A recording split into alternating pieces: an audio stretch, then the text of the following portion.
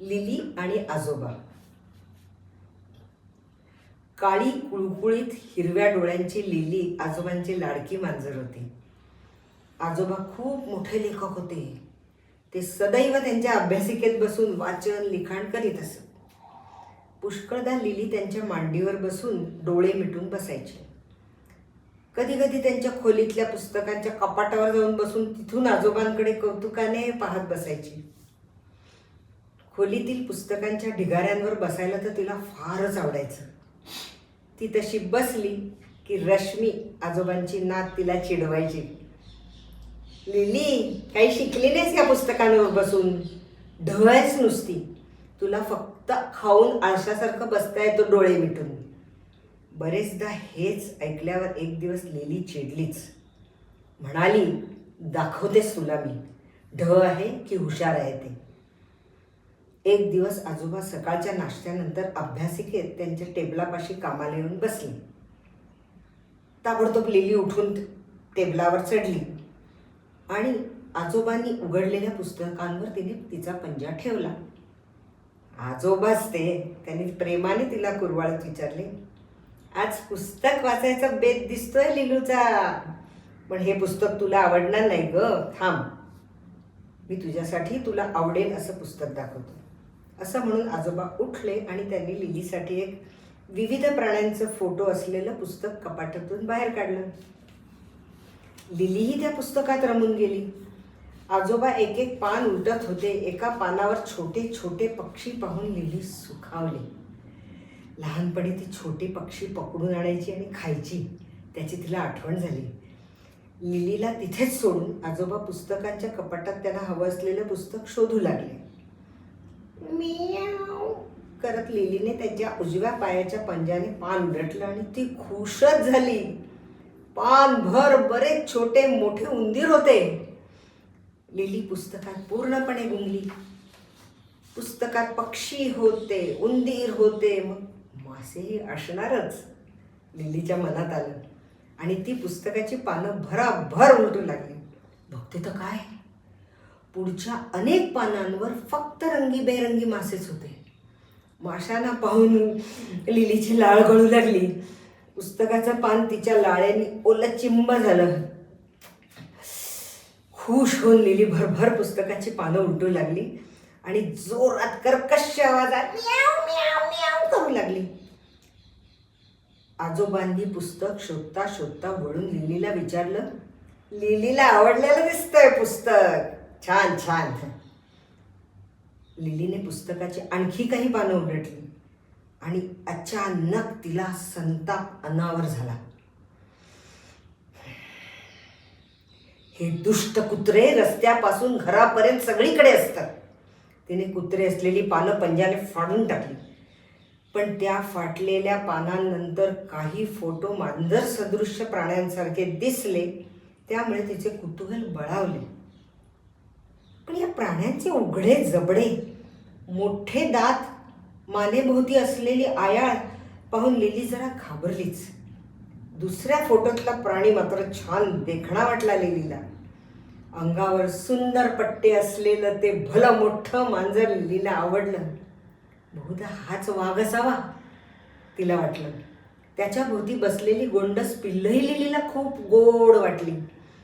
माझा फोटो का नाही या पुस्तकात, लिलीच्या मनात यायला आणि आजोबा लिली कशी रमली आहे पुस्तकात ते पाहायला मागे येऊन उभे राहायला एकच गाठ पडली. लिलीने फाडलेली पुस्तकाची पानं पाहून आजोबा कधी नव्हे ते चिडले. लिलीला एक फटका देऊन म्हणाले, कोणी फाडली ही पुस्तकाची पानं? किती सुंदर मासे होते त्यात. तुला मासे मिळत नाहीत का कधी खायला? मासे इतके आवडले तर जा त्या मत्स्यालयात बघायला आणि तिथे शार्क वगैरे दिसले की येशील पळून. आजोबांकडून पहिल्यांदाच मिळालेल्या फटक्यामुळे अपमानित होऊन लिली टेबलावरून उडी मारून पळून गेली. दुसरे दिवशी आजोबांनी रश्मीला फरमान सोडलं, रश्मी, त्या लिलीला घेऊन तू मत्स्यालयात जा, बघू भागू देत तिची हौस. पुस्तक फाडते म्हणजे काय?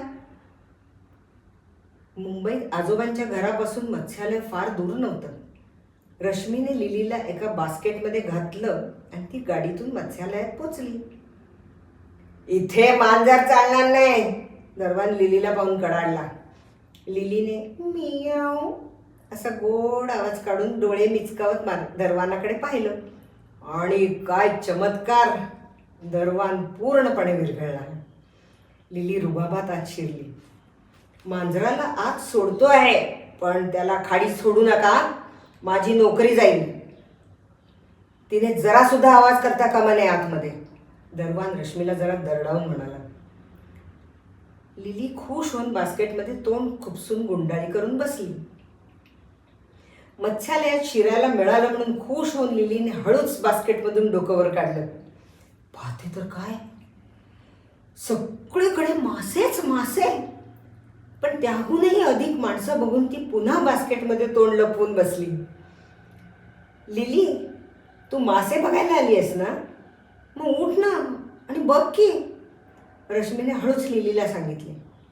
एका बोगद्यातून रश्मी लिली सकट आत शिरली आणि छोट्या छोट्या माशांचा एक कळप चक्कर मारून डोलणाऱ्या वनस्पतीच्या मागे गायब झाला. मासे पाहायला आलेल्या मुलांनी खुश होऊन टाळ्या वाजवल्या.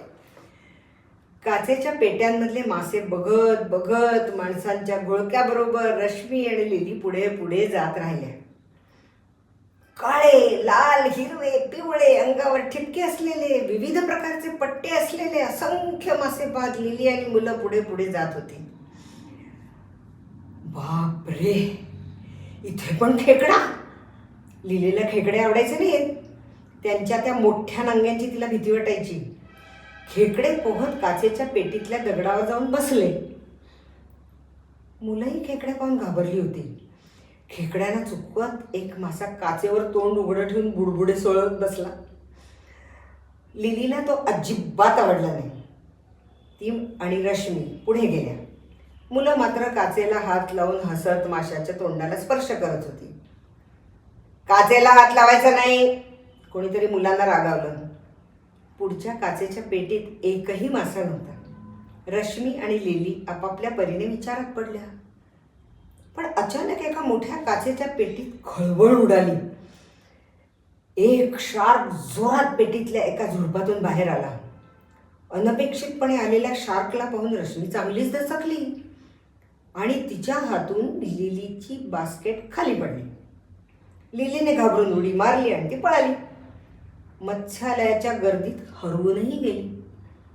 मुलंही घाबरून गेली आणि गंमत म्हणजे शार्कही घाबरून त्याच्या काचेच्या पेटीत पाण्यात जोर जोरात गिरक्या मारत राहिला.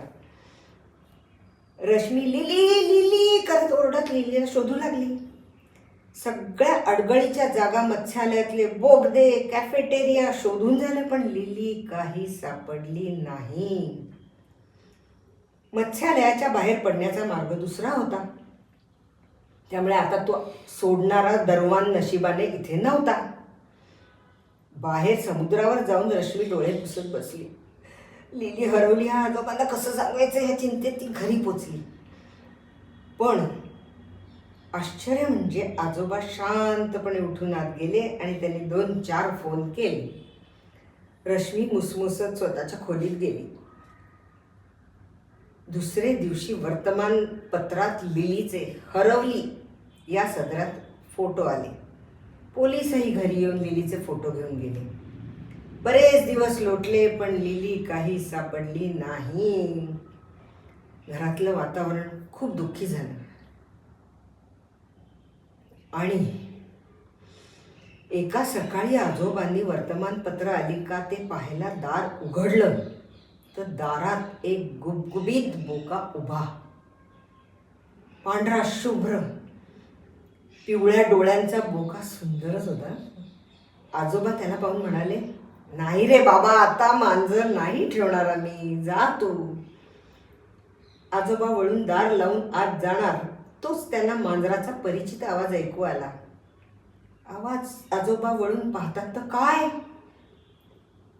साक्षात त्यांची लाडकी लिली त्यांच्या पुढ्यात उभी होती. लिली, कुठे होतीस इतके दिवस ग? काय करत होतीस? आणि हा कोण आणलास बरोबर? काळी भोर हिरव्या डोळ्यांची तू स्वतःच पिवळ्या डोळ्यांचा बोका जाडीदार म्हणून घेऊन आलीस की?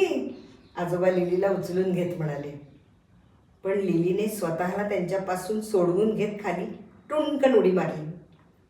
अगं लबाडे, आता स्वतःचा मित्र घेऊन आलीस म्हणून हा रुबाब होय?